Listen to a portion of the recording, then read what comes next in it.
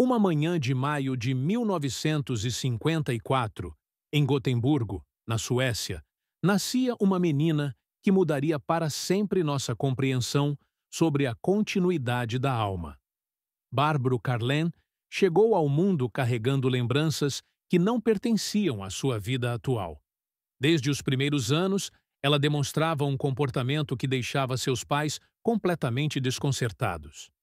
Aos 3 anos de idade, Barbro manifestava um medo inexplicável de uniformes policiais. Quando via um soldado ou policial na rua, entrava em pânico absoluto, agarrando-se desesperadamente às pernas de seus pais. Suas reações eram tão intensas que a família chegou a evitar certas áreas da cidade apenas para não traumatizar a menina. Mas o mais intrigante eram as palavras que ela pronunciava em momentos de angústia. Pequenas frases em alemão escapavam de seus lábios, uma língua que jamais havia estudado ou ouvido em casa. Seus pais, pessoas simples e trabalhadoras, não falavam alemão e nunca haviam viajado para países de língua germânica. Wo ist meine Mutter? A pergunta ecoava pelos corredores da casa durante as madrugadas, quando Barbro despertava de pesadelos vividos. Onde está minha mãe?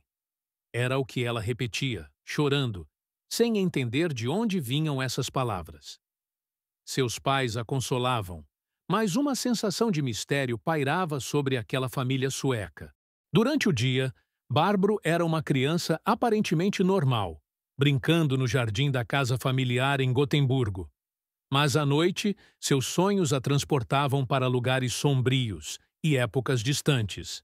Ela via quartos pequenos e escuros, escondida com outras pessoas, sussurrando baixinho para não serem descobertas.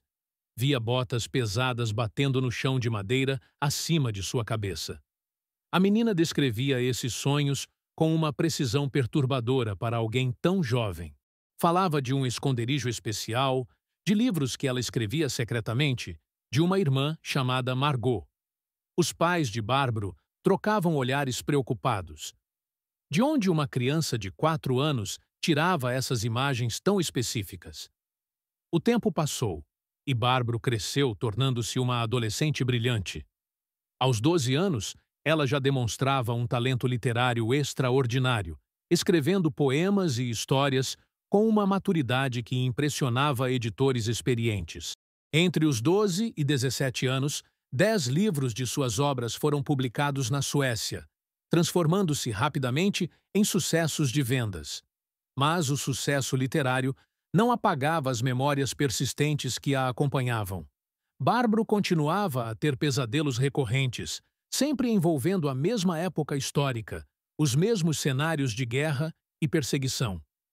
Era como se 2 vidas coexistissem dentro de uma única pessoa jovem. Em 1964, quando Barbro completou 10 anos, seus pais decidiram fazer uma viagem especial para Amsterdã, na Holanda. Era uma oportunidade de conhecer a Europa e talvez ajudar a filha a superar seus medos inexplicáveis.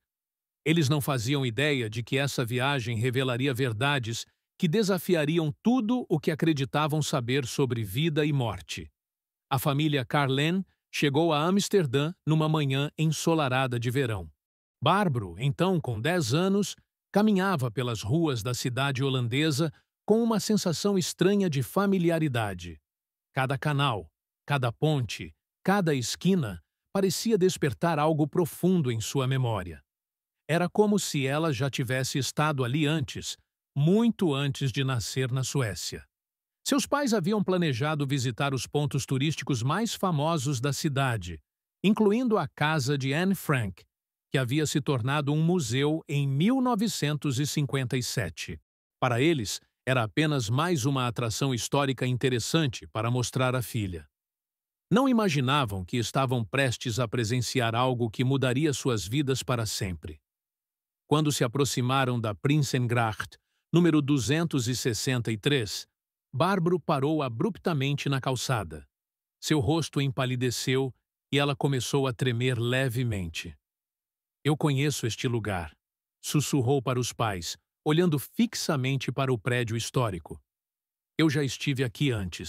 Os pais sorriram, pensando que a filha havia visto fotografias em algum livro escolar. Mas o que aconteceu a seguir os deixou sem palavras. Bárbaro começou a descrever detalhes específicos do interior do edifício, incluindo a localização do esconderijo secreto, as escadas ocultas e até mesmo a decoração dos quartos que havia por trás da estante de livros. A estante gira, ela disse com certeza absoluta. E atrás dela há quartos pequenos onde as pessoas se escondiam. Seus pais trocaram olhares intrigados. Como uma criança de 10 anos poderia saber sobre o anexo secreto com tal precisão? Eles decidiram entrar no museu para confirmar se as descrições da filha estavam corretas. Dentro da casa de Anne Frank, Bárbaro moveu-se com uma confiança que surpreendeu até mesmo o guia turístico. Ela sabia exatamente onde ficava cada cômodo, conhecia cada canto daquele esconderijo histórico. Quando chegaram ao quarto que havia pertencido a Anne Frank, Bárbaro ficou em silêncio por longos minutos, observando as paredes onde ainda estavam coladas fotografias de estrelas de cinema dos anos 40. Eu colei essas fotos, ela disse suavemente, tocando a parede com delicadeza. Esta era minha coleção. Eu sonhava em ser atriz como Greta Garbo. O guia turístico parou de falar e olhou para a menina com expressão de surpresa. Como ela poderia saber que Anne Frank havia colado aquelas fotografias nas paredes de seu quarto? Mas o momento mais impactante ainda estava por vir. Quando a família se preparava para deixar o museu, Bárbaro se dirigiu a uma área específica do anexo e disse: "Aqui é onde eu escrevia meu diário. Todas as noites, mesmo quando tínhamos medo dos ruídos lá embaixo, eu continuava escrevendo. Sabia que um dia alguém leria minhas palavras." Os pais de Bárbaro ficaram profundamente perturbados. Eles conheciam a história de Anne Frank, sabiam que ela havia mantido um diário durante os anos em que esteve escondida dos nazistas.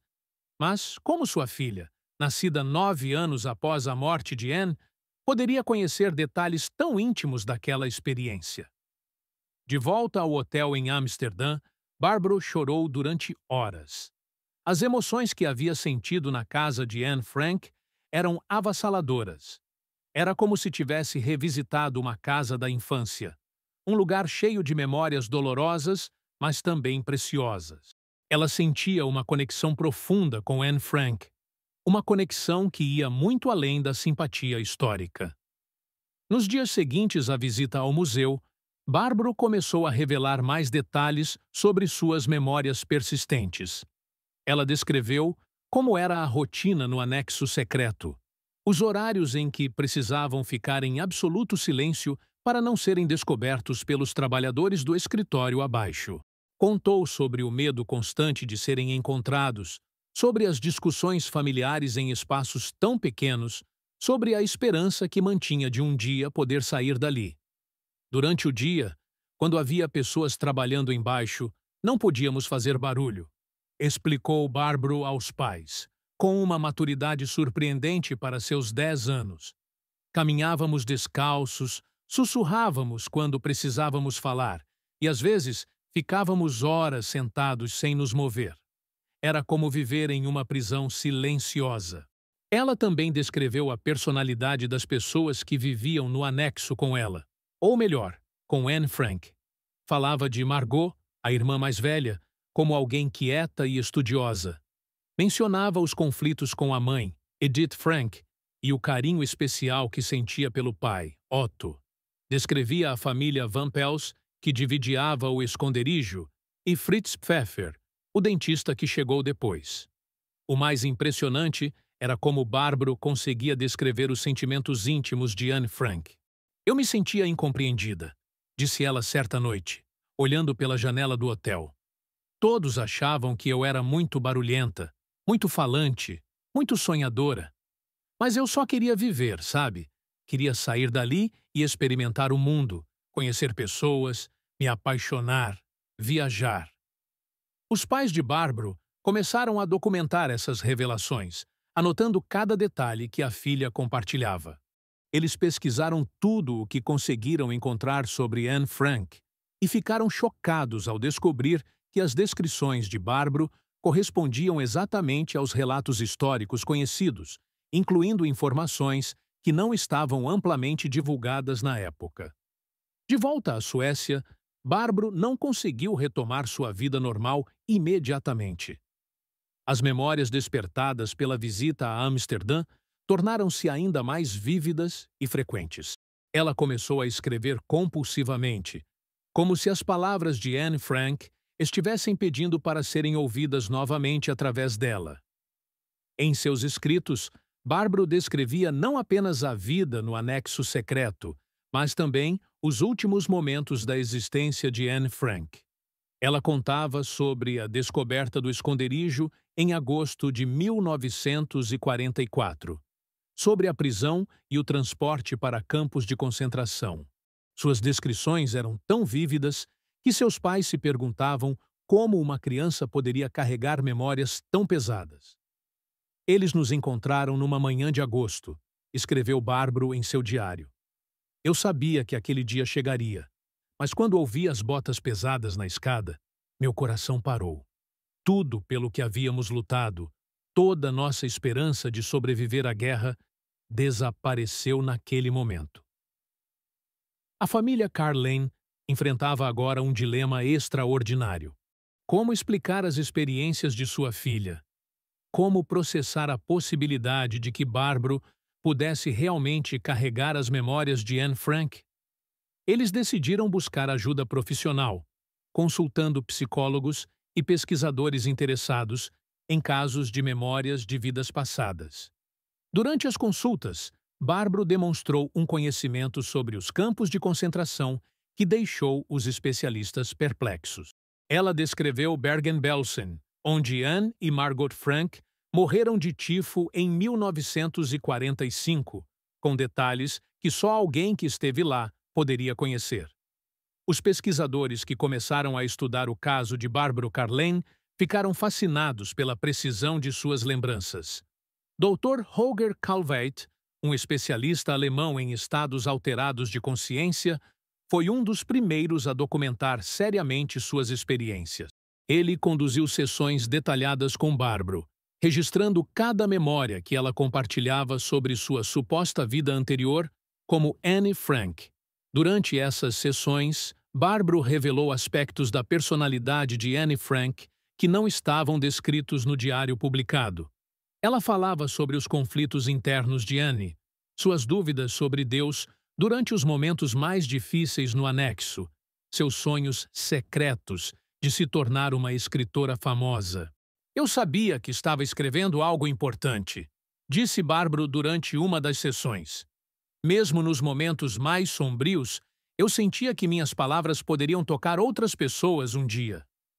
O que mais impressionava os pesquisadores era como Barbro conseguia descrever detalhes físicos específicos do anexo secreto que não foram incluídos nas descrições padrão do museu.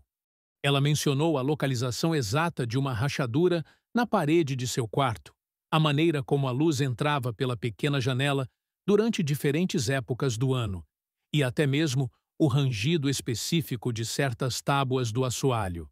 Havia uma tábua solta perto da minha cama, lembrou Barbro com precisão. Quando alguém pisava nela à noite, fazia um som específico que me acordava. Eu memorizei todos os sons daquela casa, cada rangido, cada sussurro do vento nas frestas. Era uma questão de sobrevivência. Paralelamente ao interesse científico em seu caso, Barbro continuou desenvolvendo seu talento literário. Seus escritos ganharam ainda mais profundidade após as revelações sobre Anne Frank. Entre os 12 e 17 anos, ela publicou 10 livros de poesias e prosa que se tornaram sucessos de vendas na Suécia. Críticos literários comentavam sobre a maturidade extraordinária de seus textos, como se fossem escritos por alguém com décadas de experiência. Mas a vida de Barbro não era fácil. Carregar as memórias traumáticas de Anne Frank criava um fardo emocional imenso. Ela frequentemente acordava chorando de pesadelos sobre Bergen-Belsen, onde relembrava os últimos dias desesperadores de Anne. Eu sentia o frio, a fome, a doença, contou ela aos terapeutas. Sabia que ia morrer, mas ainda tinha esperança de que alguém, em algum lugar, leria meu diário. A família Carlen tomou a decisão de manter as experiências de Barbro em segredo durante muitos anos. Eles temiam que a exposição pública pudesse prejudicar o desenvolvimento normal da menina. Mas, em 1978, uma revista sueca chamada Min Värld publicou um artigo sobre as alegações de reencarnação de Barbro sem permissão da família. A publicação causou uma controvérsia imediata na Suécia. Alguns leitores ficaram fascinados pela possibilidade de que a reencarnação fosse real, enquanto outros consideraram a história uma farsa ou uma forma de explorar a memória de Anne Frank. Barbro, então, com 24 anos, ficou devastada pela exposição não autorizada de suas experiências mais íntimas. Eu nunca pedi por essas memórias, disse ela em uma rara entrevista. Elas simplesmente estão lá, fazem parte de quem eu sou. Não posso provar que sou Anne Frank reencarnada, mas também não posso negar o que sinto e lembro. É como se duas vidas existissem dentro de mim. A controvérsia forçou Barbro a tomar uma decisão difícil sobre seu futuro. Ela poderia continuar como escritora, explorando o talento que havia desenvolvido desde criança, ou poderia buscar uma carreira completamente diferente para escapar da atenção pública. Sua escolha surpreendeu a todos que conheciam sua história. Decidida a encontrar um novo propósito para sua vida, Barbro Carlen tomou uma decisão que chocou todos que conheciam sua história. Aos 20 e poucos anos, ela abandonou a carreira literária que havia construído desde a infância e ingressou na Academia de Polícia Sueca. Tornou-se policial, como se buscasse na ordem e na justiça uma forma de equilibrar o caos emocional que as memórias de Anne Frank traziam à sua vida. Eu precisava fazer algo concreto e útil, explicou Barbro posteriormente. As memórias de injustiça e perseguição eram tão intensas que senti que devia dedicar minha vida a proteger outras pessoas. Ser policial me dava a oportunidade de fazer a diferença no mundo real. Durante seus anos como policial, Barbro desenvolveu uma reputação de ser extremamente empática com vítimas de crimes. Colegas comentavam que ela parecia compreender de forma instintiva o sofrimento das pessoas que havia perdido entes queridos ou passado por traumas. Era como se ela carregasse dentro de si uma compreensão profunda sobre perda e injustiça. Mas as memórias de Anne Frank nunca a abandonaram completamente. Durante plantões noturnos silenciosos, Barbro frequentemente se pegava recordando detalhes do anexo secreto. Ela lembrava das conversas sussurradas entre Anne e seu pai Otto, dos momentos de desespero quando ouviam aviões sobrevoando Amsterdã, da esperança constante de que a guerra acabasse logo. Mesmo sendo policial, eu não conseguia escapar das lembranças, confessou Barbro anos depois. Às vezes, durante uma ronda noturna, eu ouvia o som de botas pesadas e meu coração disparava. Era como se o trauma de Anne Frank estivesse inscrito na minha alma. Em paralelo à carreira policial, Barbro descobriu outra paixão que se tornou central em sua vida: a equitação. Ela começou a montar cavalos como forma de terapia, mas rapidamente desenvolveu um talento extraordinário para o dressage, uma modalidade equestre de alta precisão. A conexão que estabelecia com os cavalos era tão intensa que alguns instrutores comentavam nunca ter visto algo similar. Os cavalos me trouxeram paz, disse Barbro. Quando estou montando, as memórias dolorosas se acalmam. É como se Anne Frank finalmente pudesse descansar, enquanto me concentro no presente. Ela se tornou uma instrutora respeitada de dressage, ajudando outros cavaleiros a desenvolverem a mesma harmonia com seus animais. Durante décadas, Barbro viveu uma vida dupla.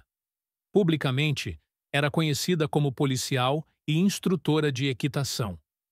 Privadamente, continuava sendo assombrada pelas memórias vívidas de sua suposta vida anterior como Anne Frank. Ela raramente falava sobre essas experiências, temendo o julgamento público e a controvérsia que inevitavelmente seguiria. Mas em maio de 1995, exatamente 50 anos após o fim da Segunda Guerra Mundial, um evento extraordinário mudou tudo. Uma emissora de televisão holandesa estava produzindo um documentário especial sobre o Holocausto e, através de pesquisas, descobriu a história de Barbro Carlén. Os produtores do programa ficaram intrigados com seu caso e a convidaram para participar de uma entrevista especial em Amsterdã.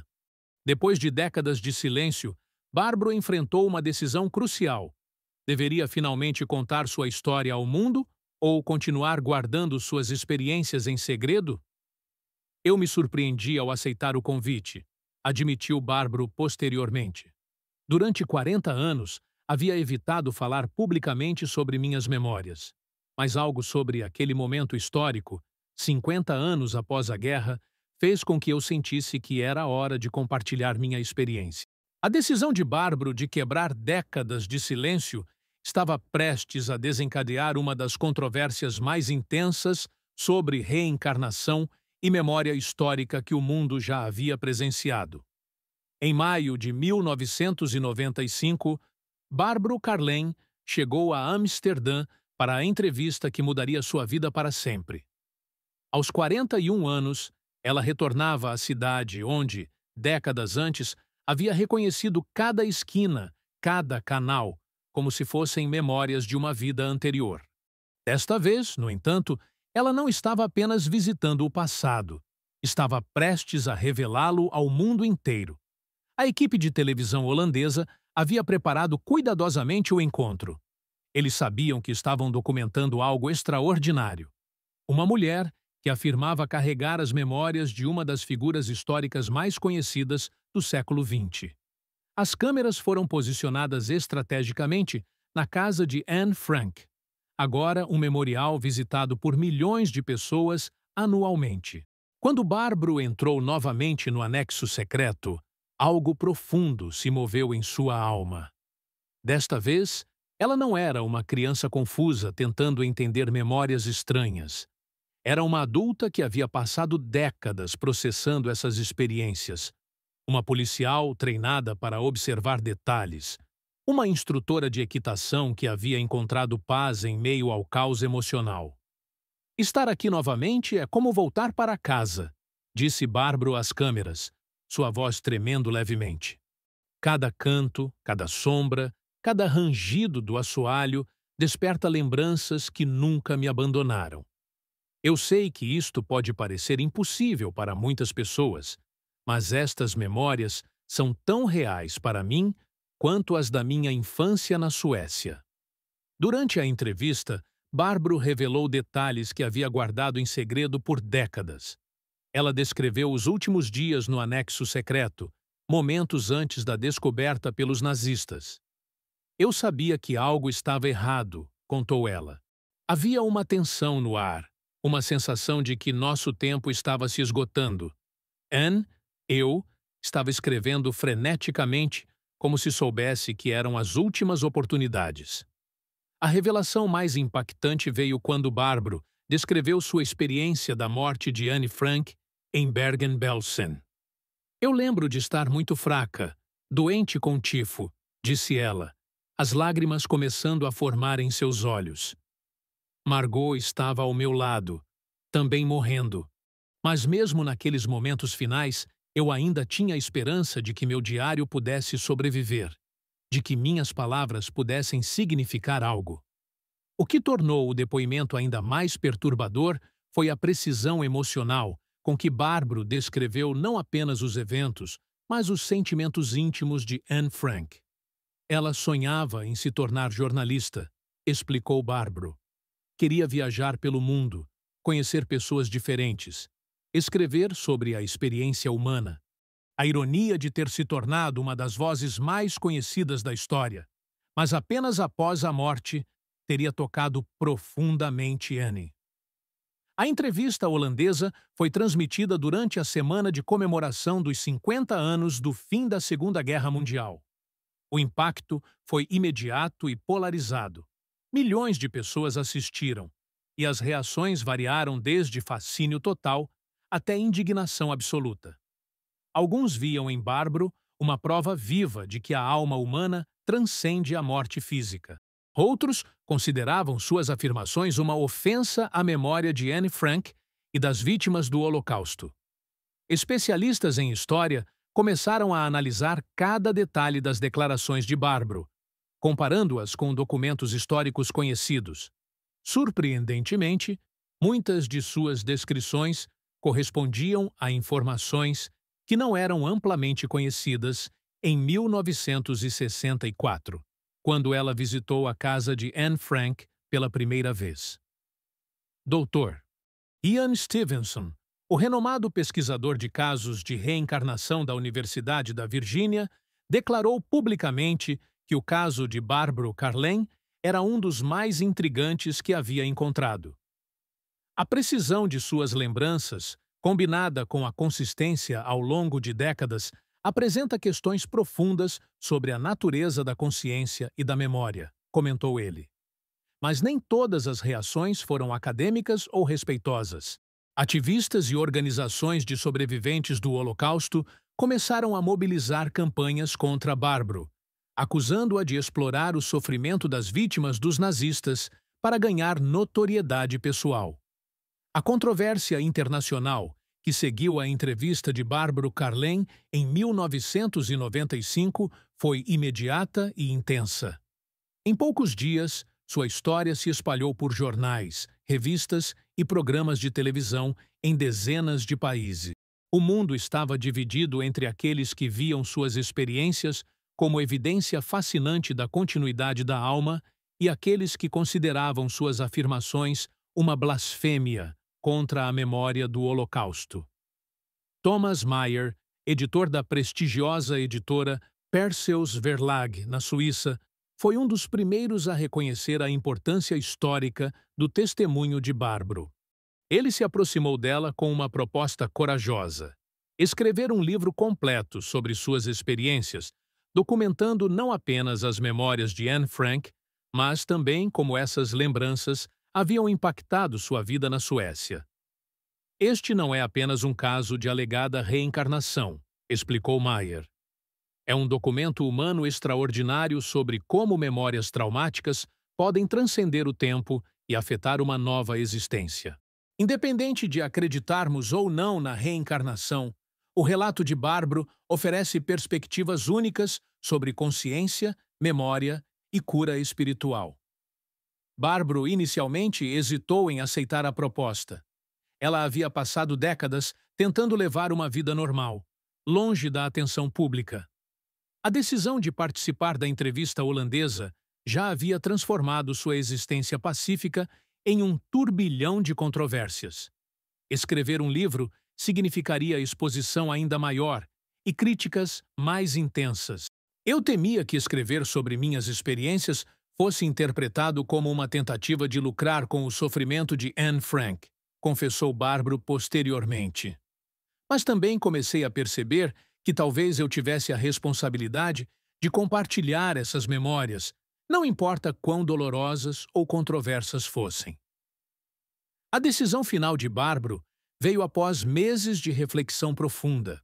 Ela percebeu que suas memórias de Anne Frank incluíam não apenas os momentos traumáticos, mas também aspectos luminosos da personalidade de Anne. Sua curiosidade intelectual, sua capacidade de encontrar beleza mesmo em circunstâncias terríveis, sua fé inabalável na bondade fundamental dos seres humanos.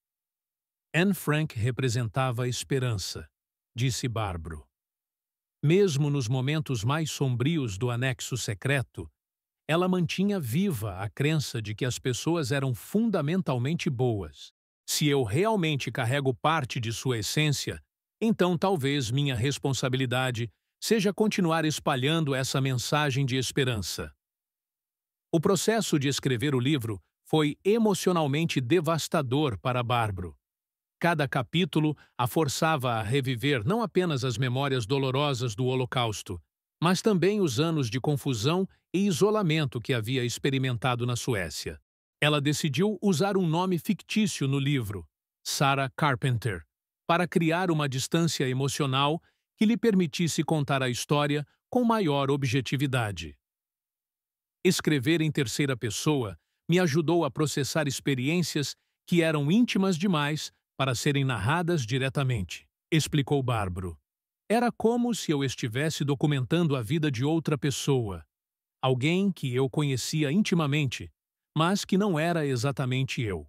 Durante os meses de escrita, Barbro também recebeu apoio inesperado de alguns pesquisadores e terapeutas especializados em traumas. Dr. Edith Fiore, uma psiquiatra americana que havia trabalhado com casos de memória de vidas passadas, ofereceu orientação sobre como processar memórias traumáticas que transcendiam uma única existência. O caso de Barbro é extraordinário não apenas pela precisão de suas lembranças, mas pela maneira como ela conseguiu integrar essas experiências em uma vida funcional e produtiva, comentou o Dr. Fiore. Ela transformou trauma ancestral em compaixão contemporânea, primeiro como policial e depois como instrutora de equitação. Mas à medida que a publicação do livro se aproximava, grupos de oposição intensificaram suas campanhas contra Barbro. Ativistas do Holocausto argumentavam que suas afirmações diminuíam o sofrimento real das vítimas dos nazistas, transformando tragédia histórica em entretenimento espiritual. Em novembro de 1997, o livro And the Wolves Howled: Fragments of Two Lifetimes foi publicado pela Perseus Verlag na Suíça. A escolha de Basileia como cidade de lançamento teve um simbolismo profundo. Era a mesma cidade onde Otto Frank, pai de Anne Frank, havia vivido após a guerra e trabalhado incansavelmente para divulgar o diário de sua filha até sua morte em 1980. A reação ao livro foi imediata e polarizada. Leitores enviavam cartas emocionadas descrevendo como a história de Barbro havia tocado suas vidas, oferecendo uma perspectiva única sobre continuidade da alma e cura de traumas ancestrais. Outros reagiram com indignação, considerando as afirmações uma ofensa à memória sagrada das vítimas do Holocausto. O que ninguém esperava era a intensidade da campanha orquestrada contra Barbro e sua editora. Uma organização privada de ativistas do Holocausto lançou uma ofensiva pública feroz, acusando a Perseus Verlag de publicar conteúdo antissemita e racista. Ironicamente, 6 anos antes mesmo da publicação do livro de Barbro. A confusão temporal desta acusação revelava o quanto a oposição estava mais interessada em atacar do que em examinar evidências. Durante vários meses, a campanha de difamação escalou até ser levada ao Ministério Público Suíço. Finalmente, em maio de 1998, as autoridades concluíram que não havia base legal para as acusações e arquivaram o caso. Mas o dano à reputação de Barbro já havia sido causado. Pouco antes do arquivamento oficial, 2 eventos públicos com Barbro foram anunciados na imprensa suíça. Os organizadores da campanha contra ela revelaram então seu verdadeiro alvo. Não era a editora, mas a própria Barbro e sua história de reencarnação. Eles imediatamente começaram a planejar perturbações diretas dos eventos. No primeiro evento, em Zurique, fanáticos conseguiram entrar no edifício e atacaram fisicamente vários membros da audiência que haviam vindo ouvir Barbro. A violência era surreal. Pessoas sendo agredidas por simplesmente demonstrarem interesse em ouvir sobre experiências de vidas passadas. Felizmente, o presidente do evento, Ronald Goldberger, manteve a serenidade e garantiu que a discussão acontecesse apesar das perturbações. O clímax da perseguição veio quando os ativistas exigiram publicamente a renúncia do presidente do Anne Frank Funds pelo crime de se recusar a refutar publicamente a história de Barbro. A organização responsável pelos direitos do diário de Anne Frank estava sendo pressionada a tomar posição contra alguém que afirmava carregar suas memórias. Entre os críticos mais vocais estava Benjamin Wilkomirski, autor de memórias comoventes sobre sua suposta infância em campos de concentração. Em maio de 1998, ele escreveu com máxima repugnância, até horror, sobre as atividades relacionadas a Barbro Carlen. Propagar tais ideias vagamente esotéricas é como dar um tapa na cara de cada sobrevivente do Holocausto, declarou ele publicamente. A ironia desta crítica se tornaria evidente apenas um ano depois, quando o jornalista judeu Daniel Gansfried provou conclusivamente que as próprias memórias de Wilkomirski eram completamente falsificadas. Em 1999, a CBS e a BBC transmitiram documentários baseados nas investigações de Gansfried, expondo Wilkomirski como um impostor que jamais havia estado em campos de concentração. O fato de que o primeiro especialista autoritativo, apresentado contra Barbro Carlen, fosse posteriormente revelado como um fraudador completo, lançou uma luz perturbadora sobre toda a campanha contra ela. Enquanto Wilkomirski inventava memórias falsas do Holocausto para ganhar fama e prêmios literários, Barbro havia passado décadas tentando evitar a atenção pública devido às suas experiências. A descoberta da fraude de Benjamin Wilkomirski, em 1999, trouxe uma reviravolta dramática na percepção pública sobre casos de memória do Holocausto. Enquanto Wilkomirski havia fabricado completamente suas supostas lembranças de Auschwitz e Majdanek para lucrar com livros e prêmios, Barbro Carlen havia consistentemente evitado explorar comercialmente suas experiências por décadas. A diferença entre nós era gritante, observou posteriormente um pesquisador. Wilkomirski buscava ativamente fama e reconhecimento com suas memórias falsas, enquanto Barbro passou 40 anos tentando levar uma vida normal, longe dos holofotes. Ela só falou publicamente quando foi especificamente convidada para o documentário dos 50 anos do fim da guerra. Mas as críticas a Barbro não pararam com a exposição de Wilkomirski. Simon Wiesenthal, o famoso caçador de nazistas cuja credibilidade moral era inquestionável, também expressou sua oposição às afirmações de reencarnação. Wiesenthal havia sido instrumental na identificação de Karl Joseph Silberbauer, o oficial nazista austríaco que conduziu a prisão da família Frank em agosto de 1944. Anne Frank e seu diário são um fenômeno único na história da Shoah, escreveu Wiesenthal. Qualquer tentativa de separar seu corpo de sua alma deve ser rejeitada.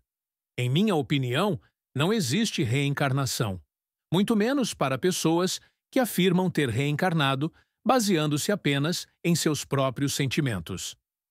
Wiesenthal chegou ao ponto de sugerir tratamento médico para Barbro, comparando-a com pessoas que afirmam ser Jesus durante procissões católicas em Jerusalém.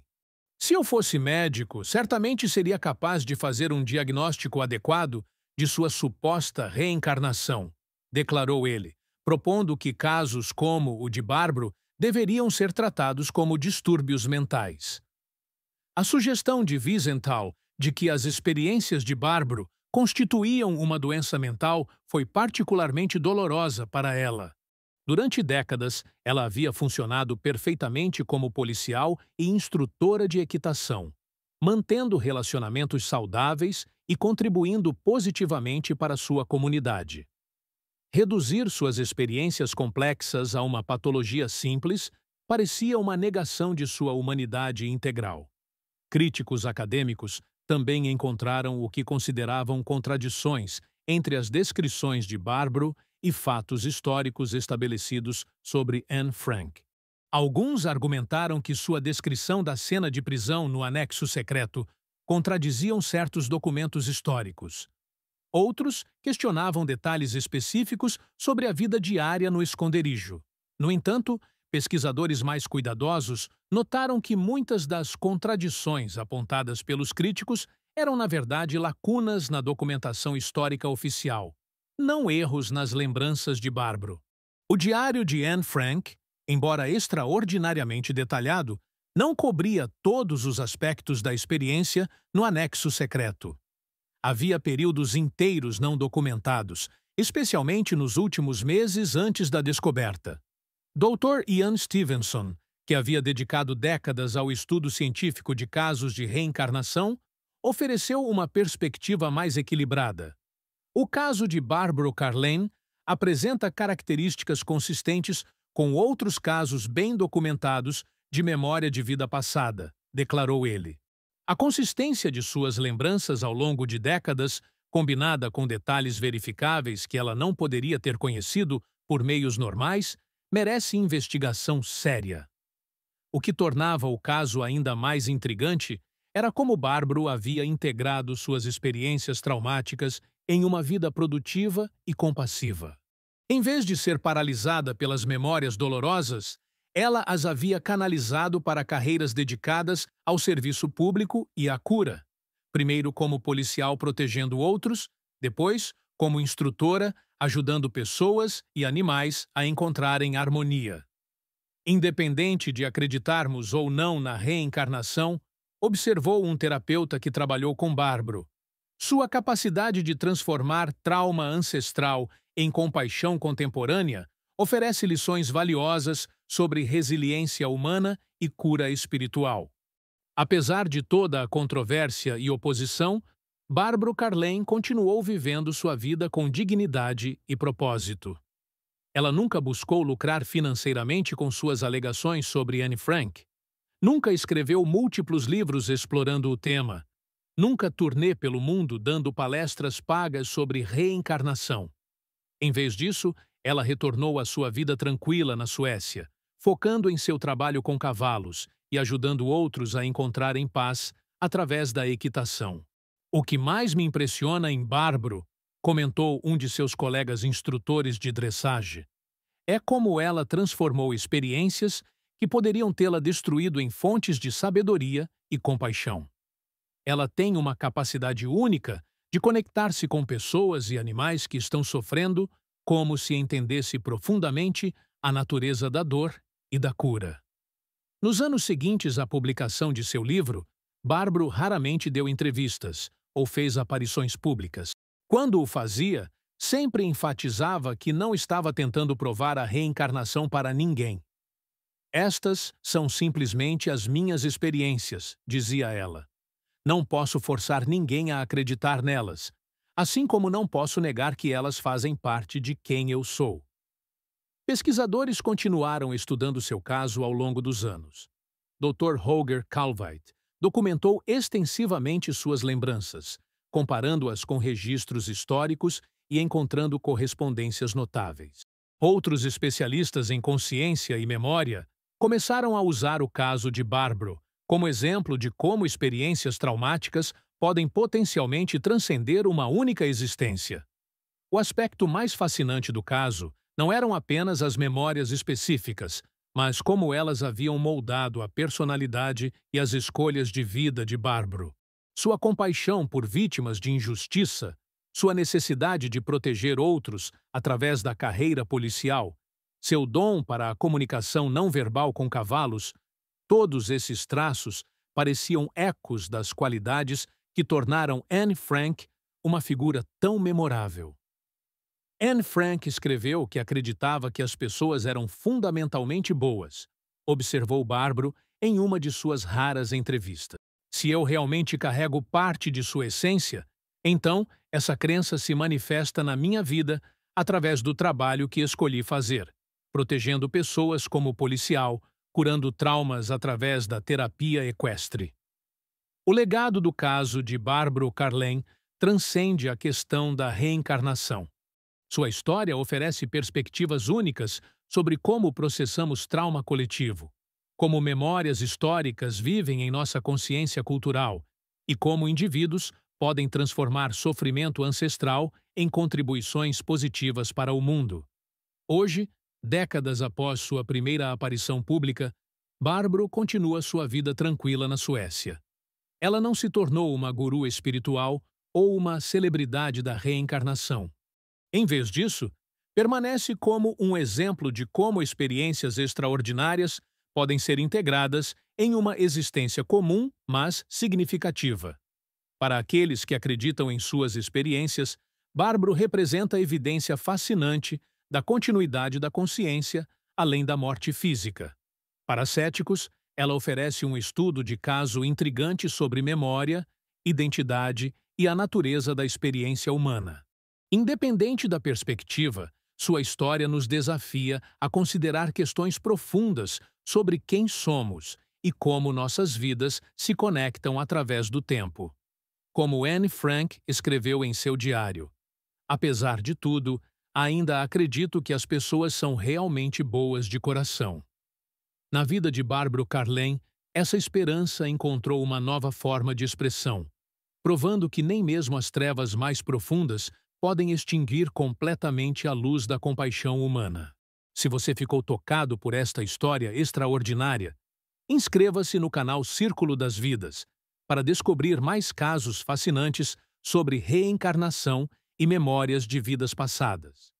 Compartilhe este vídeo com pessoas que possam se interessar por estas questões profundas sobre consciência e continuidade da alma.